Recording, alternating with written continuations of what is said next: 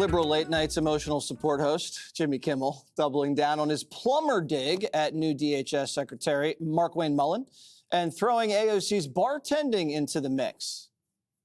Of course, they decided to twist that to say it was an insult to plumbers, which it was not. I wouldn't put a plumber in charge of Homeland Security for the same reason I wouldn't call a five-star general to pull a rat out of my toilet, okay? It has we all have our areas of expertise. The best part of all of this, all the outrage from Finnerty and Hannerty and the Five, is that I distinctly remember some very serious concerns resume-wise when it came to a certain former bartender from New York. On behalf of bartenders everywhere, we anxiously await your apology. You do the bartenders, I'll do the plumber. And as Snobby Kimmel and his coastal elite Dem friends bleed blue-collar support, Trump showing off his almost supernatural ability to connect with the working man, hanging out with American farmers at the White House today. No one is more grit or greater spirit than the American farmer. We love the American farmer. Any farmer that votes for a Democrat is crazy. They wanted to have less cattle in the country for environmental reasons. You know what I'm saying? Do you know what that means? It has something to do with gas permeating throughout the air.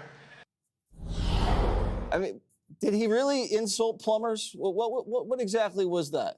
You know, I try not to say I don't care twice in a show, but you're putting me in a situation where I have to defend Jimmy Kimmel. It's a joke. Right. That's all it is a joke.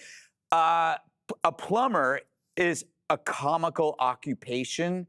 Every little cartoon from the 70s or 80s had a plumber joke in it, you know, and everybody does puns on plumbers. However, we do realize that a good plumber is way more valuable than a decent talk show host. I offer nothing to society. A plumber can save your house.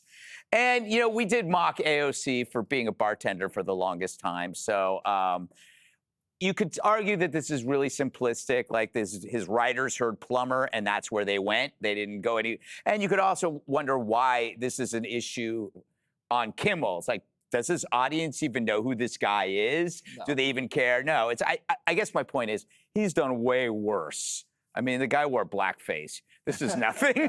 But the point is, it's not even funny. I don't know. Well, funny is subjective. It doesn't have to be funny. Trust me. Helped with your comedy show. That second little thing he did was funny about I wouldn't hire a four-star general to pull a rat out of my toilet. Who gets rats in their toilets? Well, he lives in L.A. But in all seriousness, I think he said out loud probably what he thinks, you know, and it probably has thought for a long time that a plumber, a tradesman, can't be serious, capable of serious, deep thought. I don't know, can't be smart, can't be hardworking. Somebody's got to say it. That's probably how he truly feels. The problem isn't Jimmy Kimmel.